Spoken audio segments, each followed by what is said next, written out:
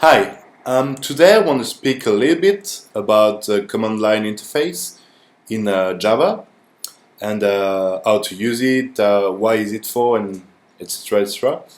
My name is Martin Magakian, and you can find more information about this article on duduck.com. So let's start.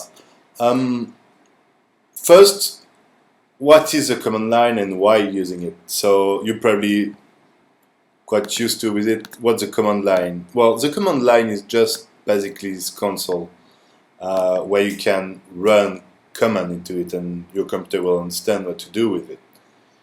For example, the command line ls. We're going to list all the document and file in my current directory. You probably know that. On Windows, this is how the command line looks like. Oops. Here it is. ls doesn't exist on Windows, but you can run the dir command. We're going to do roughly the same. Okay. So why using the command line, basically? Well, the command line is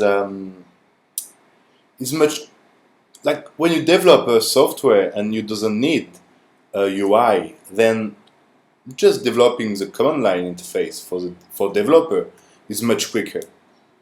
So it's going to make your development much faster. You don't have to manage all the thinking or your brain with how to design your UI, etc. So it's really good for prototyping, really. It's also much quicker to debug because you're actually just speaking with your software and through the console. So when you hit an error or an exception, you actually got the Java stack trace displayed in your console. It's gonna help you a lot. And this is just how it works. You don't have to do anything. If you got an error, you got an exception, you can see it straight away. You don't have to manage all of that to display it to the user. So it's also much more powerful. And by powerful, I don't mean the fact that it uses less CPU or it uses actually less memory. Even though it's true, it does use a little bit less memory because you don't have to display UI. It does use a little bit less of CPU because you don't display UI. But what I mean by more powerful is because most of the time, when you got two implementation of software, one with UI and one without UI in command line, most of the time you end up figuring out sometime you need to do like really specific tasks with the command line. And the reason is pretty simple, really, because people who make UI need to make something for end user. They need to make something understandable. Can you imagine, for example, let's have a look at the command line Git, the software Git with a source control. Basically, look at that. You got something like almost 30 main commands, high-level commands, and in all of them, you got, again, something like between 10 or 20 options. So can you imagine like a big software with something like 30 tabs, and in all of those tabs, between 10 and 20 options to do an action? It's pretty awful from the UI point of view, user experience point of view too. So the reason why the UI don't do everything is because they need to make it simple and understandable. And yeah, again, sometimes you have to. You need the command line. If you're running your software on a server, for example, most of the time, if you're using the Linux environment with most server use Linux. Most server use Linux, so most of the time you end up not having any interface screen. You need to run your commands straight away in the kernel with the command line. So sometimes you just have to. That's it. Okay, so let's start a quick project on Eclipse.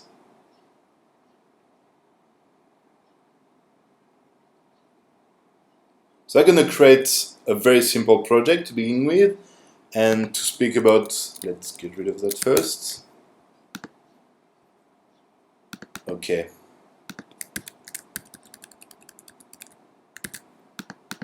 So create Java project. Let's call it foo. Okay, this is great. Let's create a class. Oops.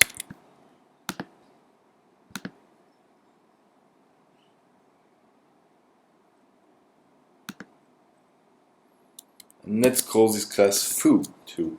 And package foo. Okay, I want to create an entry point. This is a function we're going to get called basically as the entry point of my software. Okay. So in this entry point, I'm going to display something like hello world.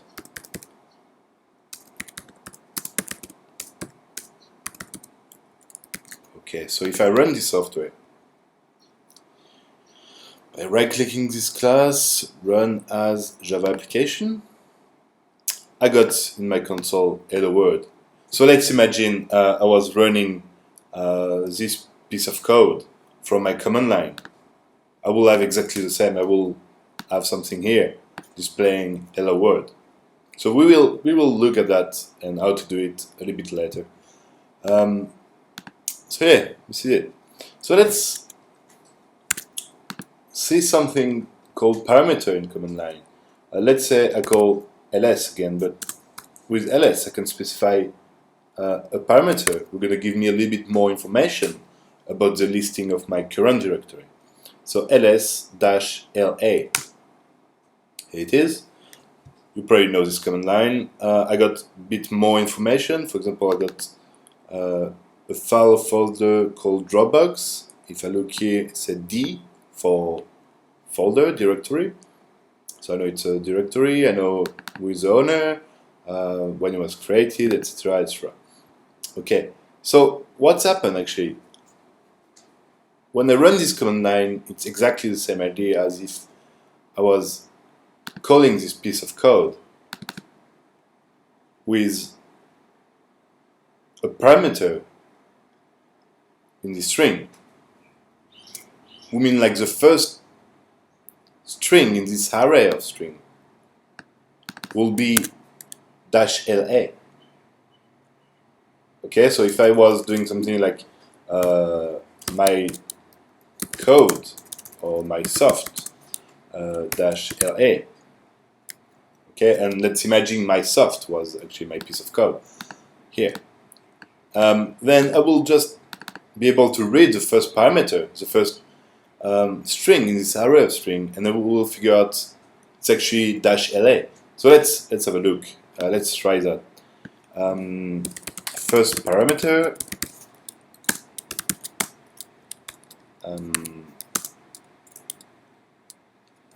And okay. So of course, if I run like that, I'm not giving any parameter, and that's actually what the stack trace is telling me. Like there's nothing in the zero index for this array of string. Okay, so what I want to do is I want actually to create a run configuration with arguments, and we're going to take exactly the same example. We're going to go for LA. Run. That's it. I got my parameter with LA. So what's the challenge here? Basically, we're just looking at a string, an array of string, and we want to manage action based on it. And basically, it's where it's come to become a little bit more tough. Well, just looking at an array of string is a little bit. It's not that easy. If you start doing like complex stuff, you maybe want a bit more information. You maybe want to use integer, double, string, or maybe your own kind of structure or object straight into the command line. And it becomes tricky when you just work with string. So basically, you got quite a lot of library who can help you with that. I create a small project in GitHub.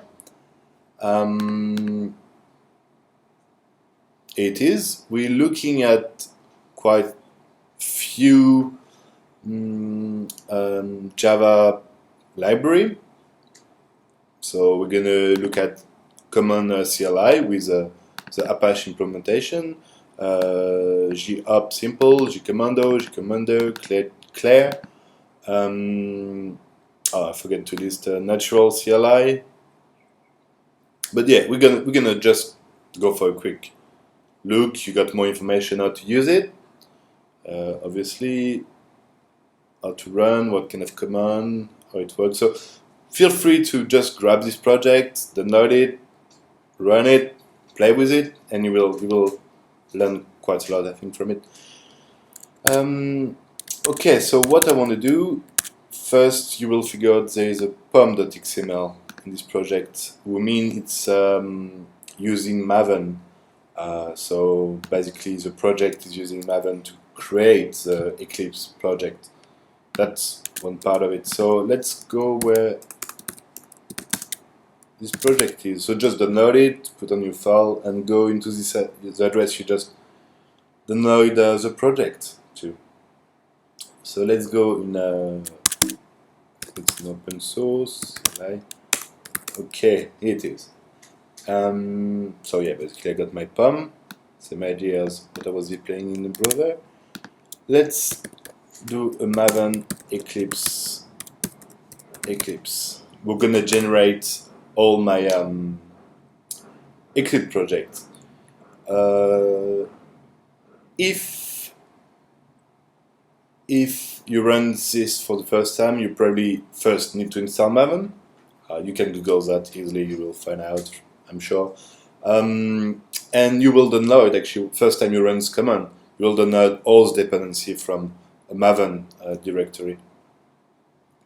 Who might take a little bit of time for the download. Then when you got that, you can just import your project into Eclipse. Yeah, we don't need that anymore. So let's import them.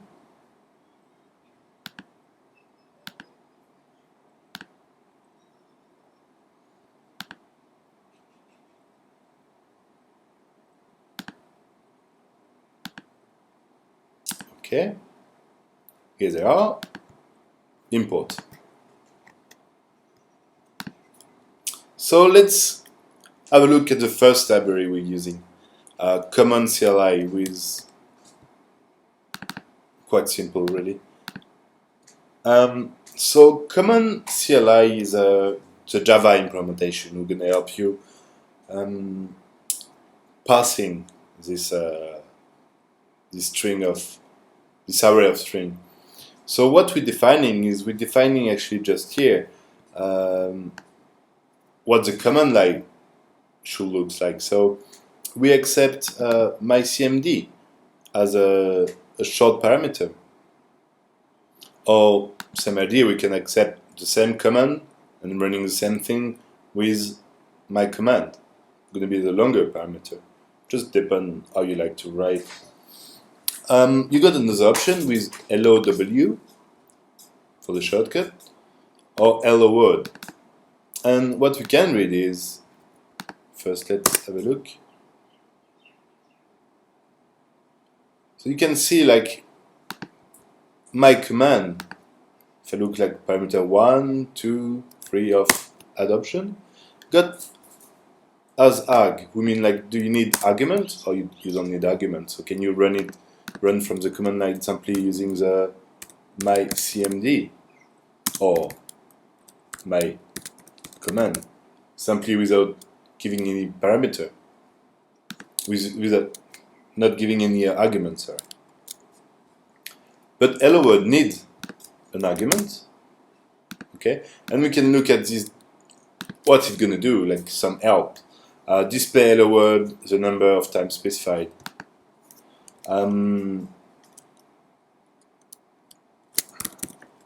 Yeah, sorry for my English.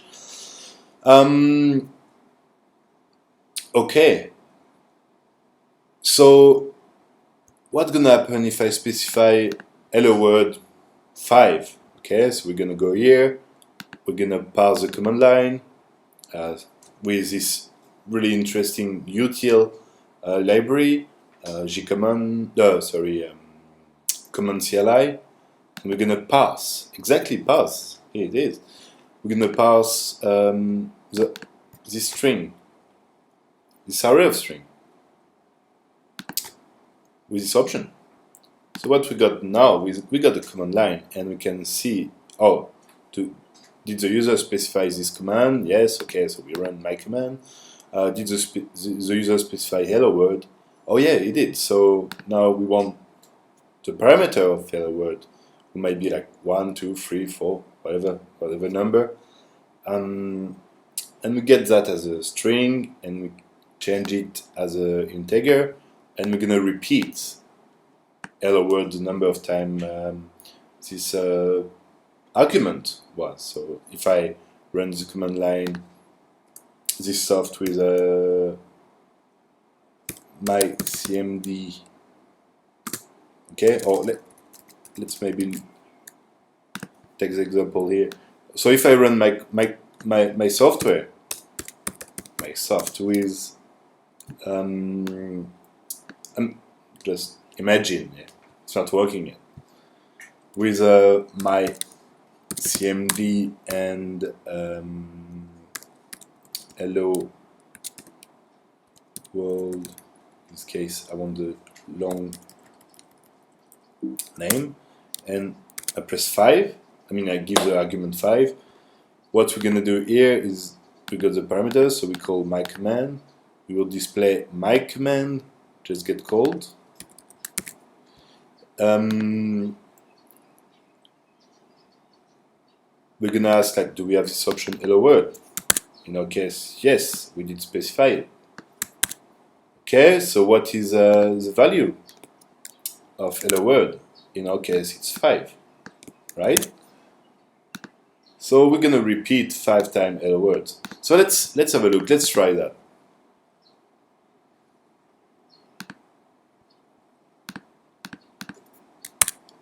Let's exactly copy what I got here. Okay, and run. This is not good. An option my cmd.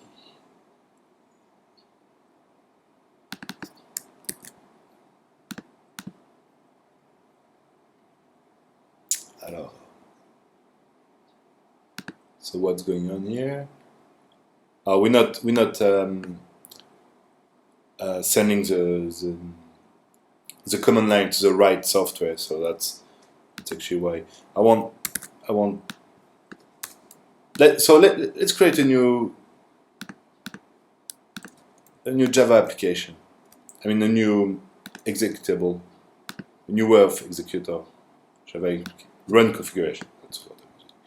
Okay, so let's create a new one. We can go. We're gonna call it command CLI. It's gonna run project command CLI, and the main class will be the main. Right. So I want to target this project with my run command, and I want to eat this main class, of course. So my cmd, it is the arguments to run it. Let's just copy and paste. Okay, probably gonna run. Okay, my command just get called, so it's actually exactly what we were speaking about. It is, and we repeat 5 times this hello world.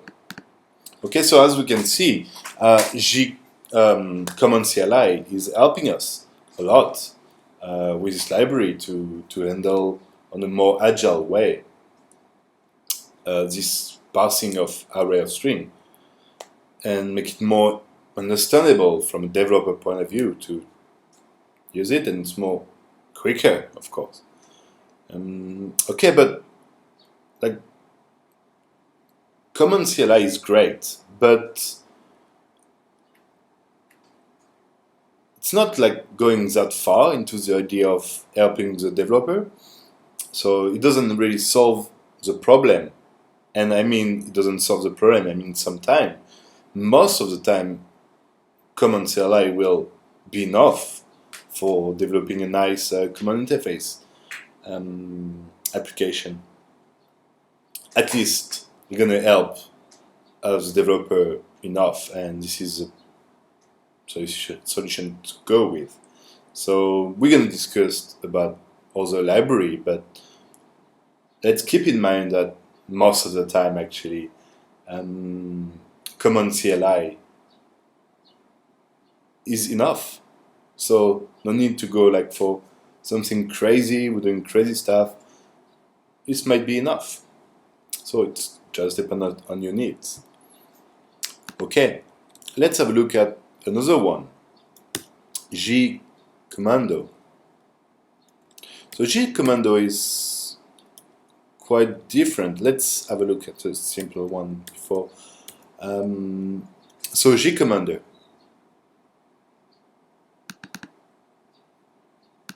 Okay, so G-commander. This is the entry point of G-commander. Again, we got all those parameters just as an array of string. We create a class, uploader command in our case with my class, my personal class. And it is, I just create a G-commander specifying my class and the argument, and all the magic happen. My class is going to be fed with the correct arguments, and the way it's going to be fed is just using annotation in Java. And this is quite interesting. Keep your code so clean. As you see, like compared to a Common CLI, I'm writing less code. I mean, it's pretty easy to read that. Like, okay, I got a parameter called -debug, and this description gonna be debug mode. Well, easy. Yeah, it's a boolean.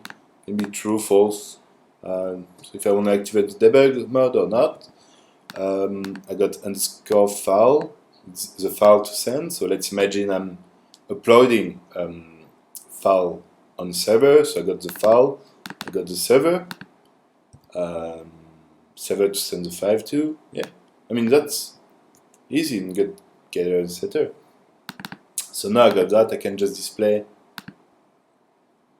what I got, or process them, or send the file to this server. So let's run the command.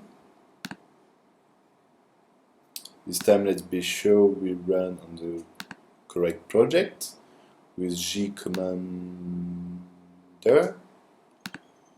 Okay, and the class, the main entry point will be this class. We want to run dash file ifile, or maybe just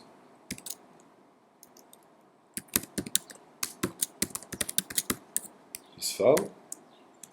And what was the other parameter? SRV.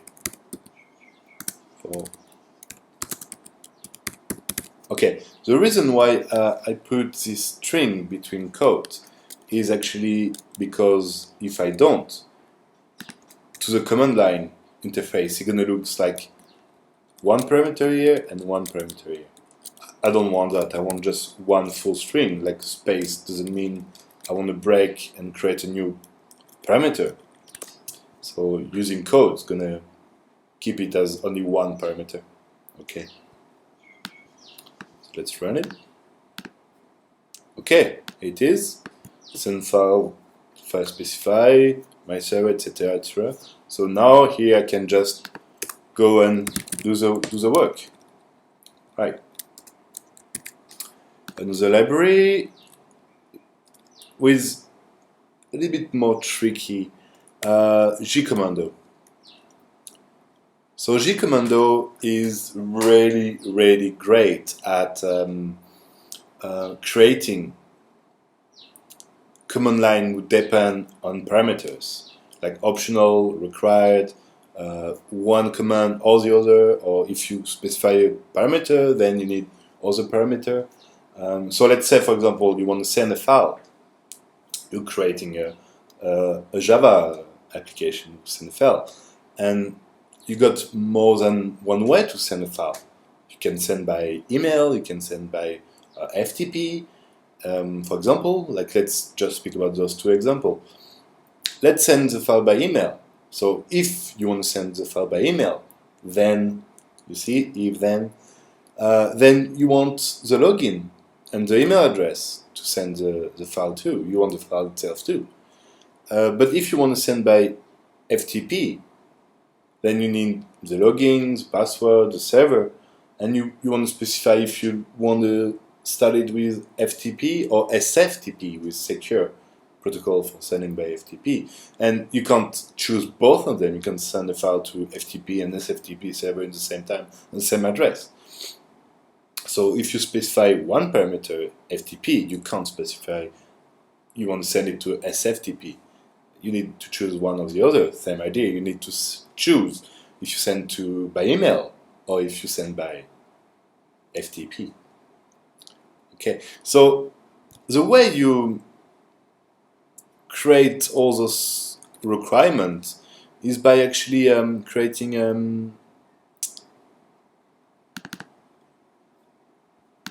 it by with XML. Let's open it with something a little bit more friendly. This is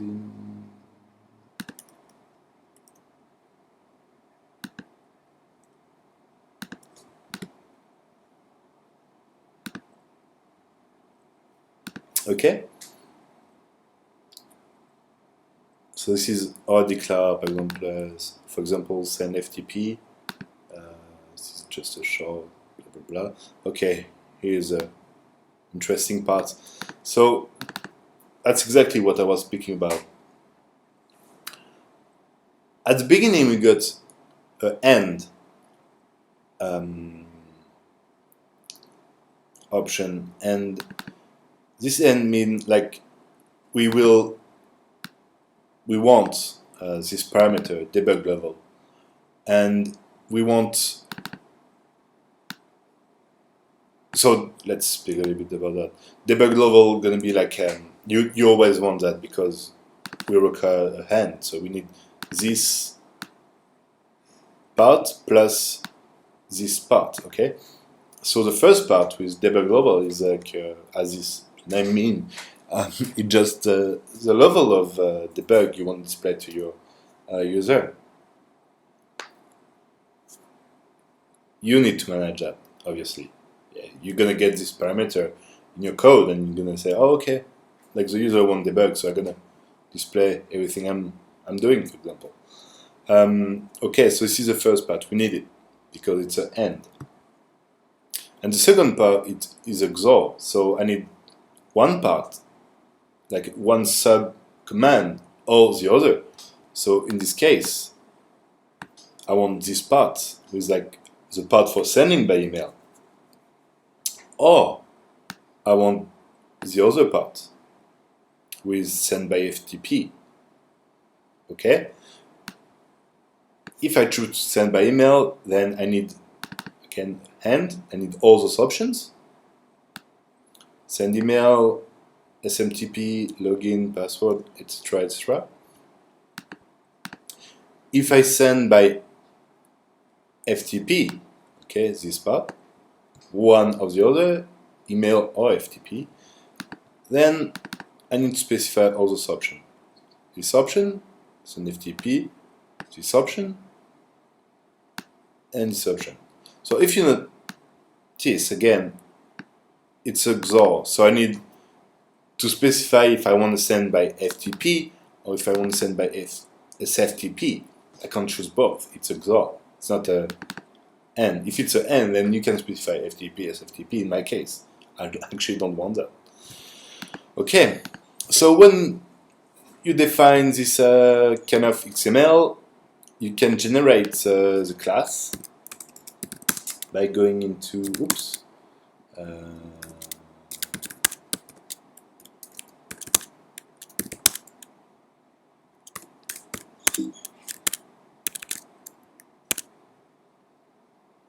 commando.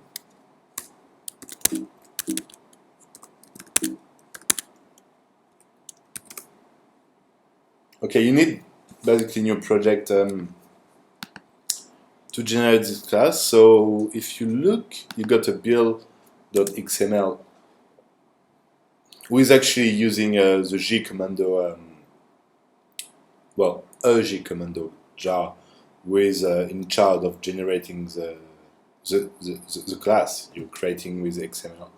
All the logic is built into it. And so basically you can just run a jar command, and in our case we call it gen CLI. You can find the way to do it exactly like on the GitHub project. So for example,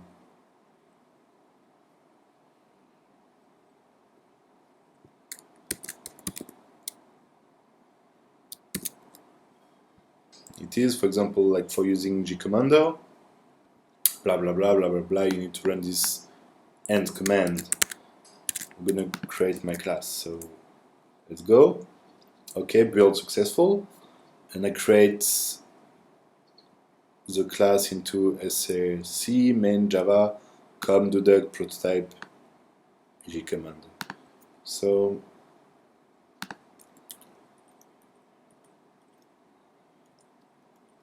it is. This is the generated class. Okay, so it got all this logic built into it, and gonna force the user to give the right parameter, and to force, like, if you choose an option, then you can't choose the other, or you need to specify more parameter, etc.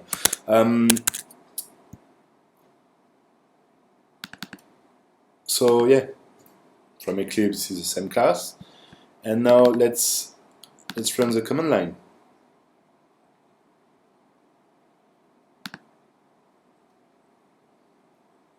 It's a G commando, not commander. It's always confusing. The main class. Okay. As arguments, let's just copy.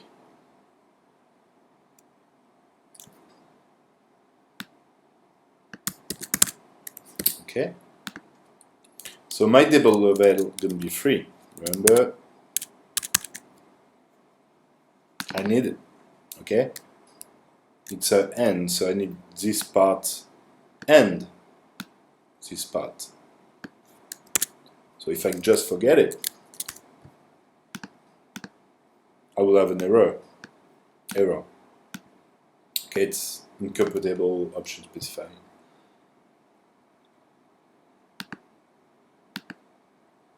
So my debug level is going to be D3, for example, and I can run it.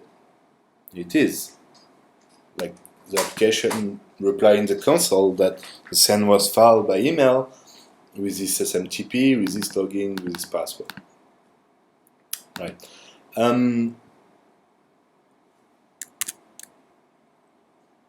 Okay, let's try the other command line. Build into this XML with like send by FTP. Okay. So let's say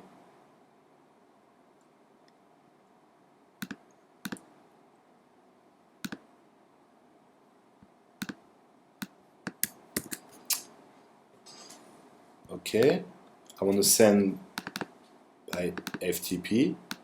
I want to send it on the secure protocol, SFTP, with this host, with this login, with this password, and my devel level going to be free. It is perfect. Now let's say I'm making a mistake. I want to send by my file by SFTP and by FTP. Let's check as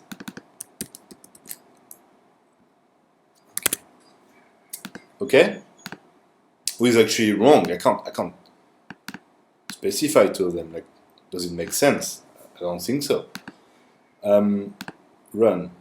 Okay, we got again this incompatible option specified, and that's where I don't like gcommando. That's why I can't get a little bit more information. That's really a pain in the ass. I would like to know now. You can't specify the parameter FTP and the parameter SFTP. Okay, but this is great. I really love this library. It helps a lot. Just not really useful when it comes to this kind of error. Okay, let's continue a little bit quicker. Taking quite a lot of time exploring all that. So jopt-simple. jopt-simple. It's quite nice. Give you a little bit same idea as gcommando we just look at. Sorry, gcommando. No, gcommando we just looked at. So let's say, for example, again this idea of sending by FTP. Like if you specify the parameter FTPs, then you need a user, obviously, and same idea if you specify a parameter FTP, you need a password to send it to the server. So it is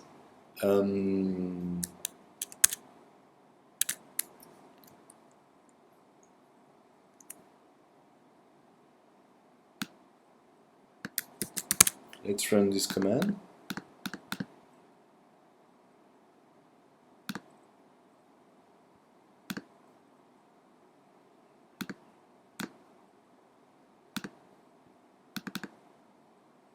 Yes, I should change the name every time. Create more run configuration. Anyway. Okay, blah blah blah blah blah blah. Run. Okay, perfect.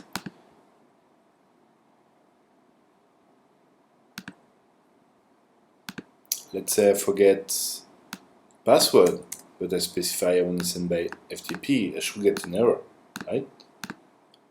Okay, and missing parameter option, pass. This is a little bit more useful than gcommando, even though it don't go like as crazy into the if argument. If I got this part, then I need that, and this is much simpler on this part. But you get other really nice feature. For example, well, it's not feature, but like just understandable error message is interesting. Then you got this, with actually just here, like on one line, very easily I'm able to specify, okay, I want a parameter f, who doesn't get any arguments. So I can run my command with something like mysoft f with, you can see C, with getting and requiring a parameter. Okay. And you got Q with requiring more than one, well, actually a list of parameters, so it can be one. and another one if you want to choose to send to this list 2 parameters or 3 and more on. Okay, so that's pretty interesting, and I mean, it's just a quick overview here. You really need to go into detail into all those projects, on all those library, test it, try to understand if it solves your problem, if it's not like maybe overkilling what you're doing, because maybe you just want to pass the first element, the first parameter.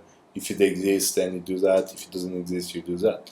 With like crazy simple, you maybe don't need any library probably.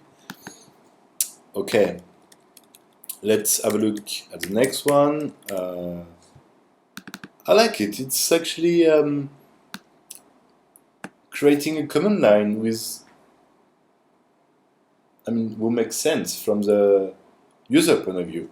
Like, I can create a command line, and if I require all those parameters, send file, my file, to like a server, notify a username with some message. So I can actually do something like my soft, okay, and say send the file.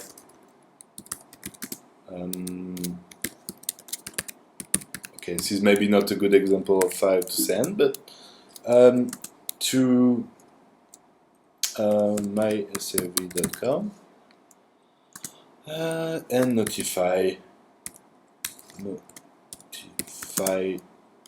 Martin with hi, check my password file. Pretty easy to remember, right? Can be quite useful sometimes, especially if you dealing with people not 100% used to with the command line, and you want to help them a little bit, maybe. Yeah, that's really great. Just need to serve your purpose, really. Okay. No, I'm not gonna run this command. You can just run that. For example, send file, blah blah blah. That's exactly what I was saying. And you will get this result. Okay, the last one is Claire. With, I don't know, I didn't think as really interesting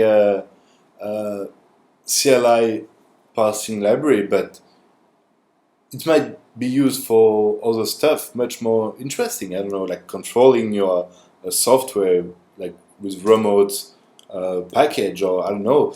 This library is really interesting, but I don't think any way of using it. I mean, for myself, maybe it's not your kill. I don't see any way of using it in production. So okay, same idea again. We get those series of arguments. We send it to an object called myOption. Okay. This is actually the library itself, so it's self-contained into just one big Java file, and option with actually my function. So you can see like no annotation, and apparently this kind of code should be run. So, I mean, how is it called? Well, it's actually just called by reflection. Everything go into reflection. And if you look at the name of the functions, for example, dash, like underscore I, underscore info, it actually looks quite similar to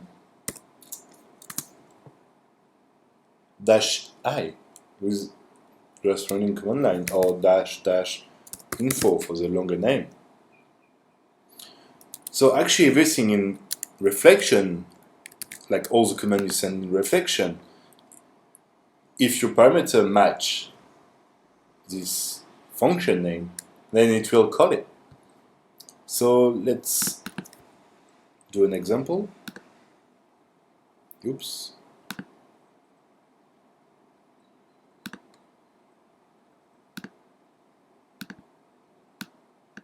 No, I guess I'm not. Yeah, I am. So just dash I. Here's some information. Okay. Same idea if I was running, I guess, info. The information. Or if I was running, oops, sorry about that. If I was running p hello world,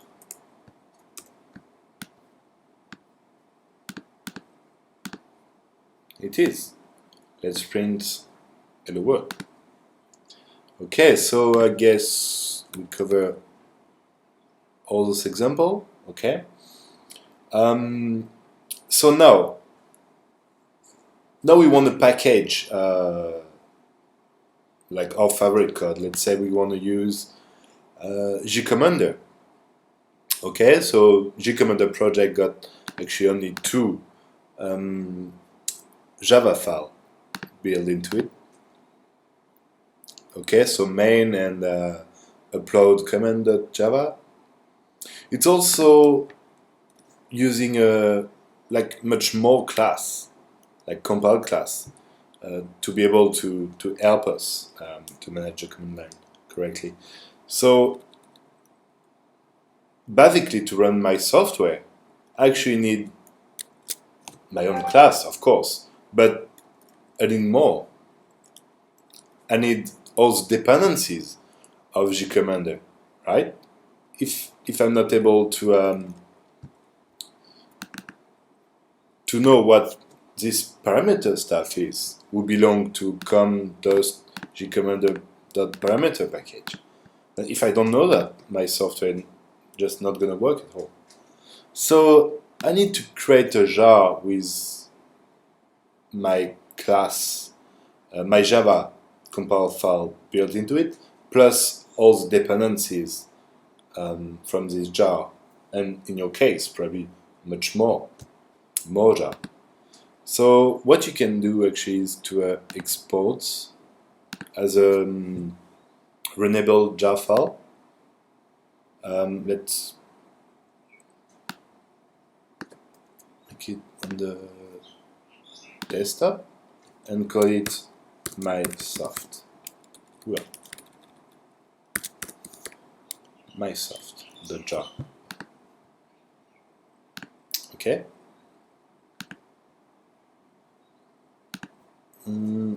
I want the correct launch configuration. I'm not sure I created it. So it should run com dodec prototype CLI gcommander.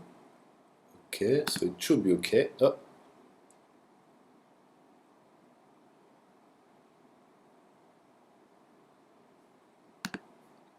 It looks right.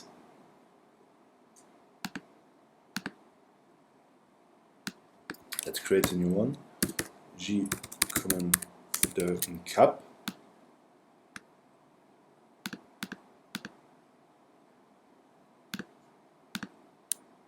Okay, and the entry point is that. Okay, so now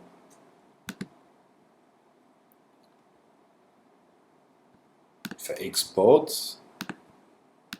jar configuration, show my gcommander in cap.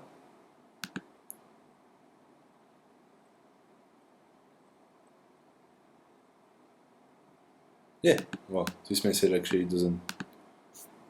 I shouldn't worry about that at all, actually.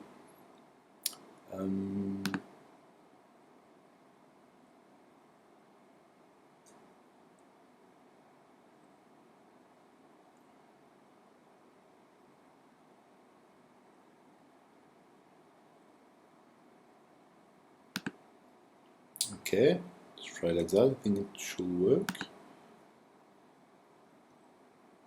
Be careful about licensing stuff.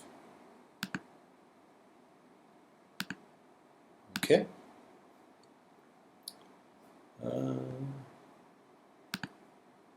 think I saved it. Here it is. Okay, so let's try to run this this jar now.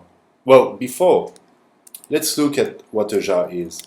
It's actually, a jar is just a zip file, and in this file, zip file, you can see like we got our code, compile jar file. Okay, if I run it, you can see it's just compiled. I don't really understand it as a human being, kind of. Actually, we got some techniques about that, but it's another story.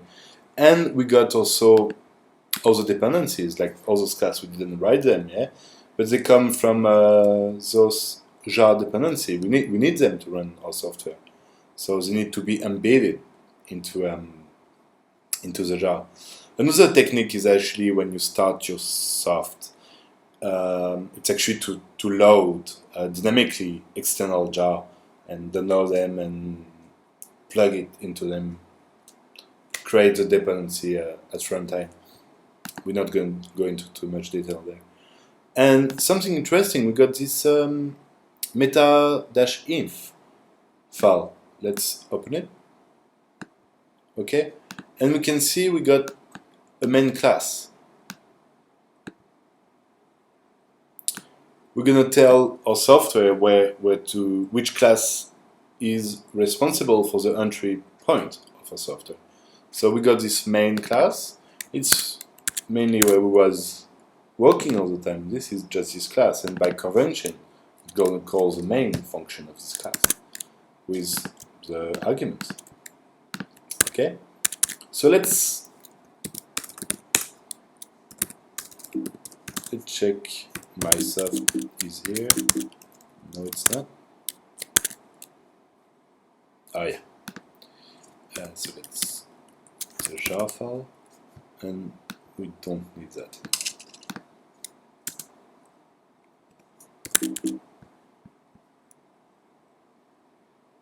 Oh, I called it monsoft.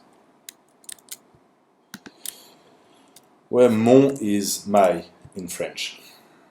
Okay, so let's call it with Java. This is the way you call actually a jar. You need to specify Java. You're gonna say, okay, I'm gonna run a jar, and the jar name is, well, the jar path at least is my soft. So let's run that. Okay, we got an error, but it looks like everything worked correctly. We got an exception saying, well, you need to specify arguments, so it's great. File, my file, and sav is my sav. Okay, so we got, looks like our software is working very well from the command line. So now I can run this kind of program in Java on my server, on my desktop. I can send email just using the command line here. That's pretty amazing. I mean, if you think about it, that you can run that almost everywhere. And something interesting about using Java on your server side is maybe like you in a big corporation, like people was working on massive library for years, and they was working in Java. So what this soft can do is just plugging all the library you need to do crazy thing, like to process data in a way that only your company is able to do it, or to use like open source software, open source jar file. We're gonna do crazy thing, and you just need to wire them. Basically, you just need to create your command line interface, create some logic, and use all the background jar file you was creating in the past, or some jar will come from open source and do your own magic stuff. Okay, something just a small bonus. Let's say I call the function ls. Okay, I'm in this directory, but if I list, I don't find any soft call ls here. Yeah, I mean, when I run this command, I need my soft to be in the current software, or I need to specify his path all the time. What I want to do now is just calling my soft and running my soft jar. So I just want to be able to do my soft file, my file, sav, my sav. And so I'm not going to go into much detail about how to do it on Windows, but on Mac and on Linux is more or less the same. You need to create a bash file into your path. So if you look at where's my path, it's all those directory. So let's go, for example, into we're gonna create a soft into USA bin. Okay, so I need to be a super utilizer, like a root, to be able to go there. Okay, and now I'm gonna create a file here called my soft. Okay, and in this file I want to say, okay, my soft is a bash file, and what I want to do is, when I called this script, this bash script, I want to run my soft. So I guess my soft is in users Martin my soft.jar. Not really sure. Okay, let's just stop here. We will come back and improve it. Okay, let's now make it as a executable. So the way you do it is obviously chmod. Okay, so now I should be able to run my script, just my soft. Okay, looks like I'm missing few stuff.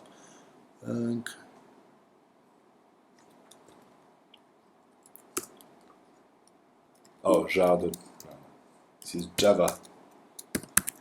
Dash jar. Okay, let's try again.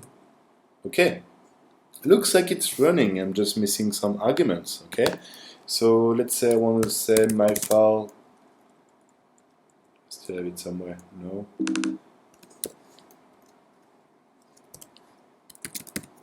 My soft file, my file, and sav. Okay. Looks like the argument didn't get followed, like doesn't get sent, and the reason is I need to forward those arguments, and the way you do it is just by adding all the arguments will be forward like that, right? So now it is. I got myself who can be run from everywhere. Like if I go into cd my desktop and run my soft, it's working perfectly. So I can use this script to as a shortcut and just using it as it looks like a C or C++ file or whatever, just a shortcut really on this server. These are interesting tips. Well, I think that's it. We covered quite a lot. It was a bit long. I think it was a bit simple, and I hope a bit clear. Please feel free to follow me on Twitter, on GitHub, on YouTube channel, and vote and comment this video. Thank you, and see you next time. Bye bye.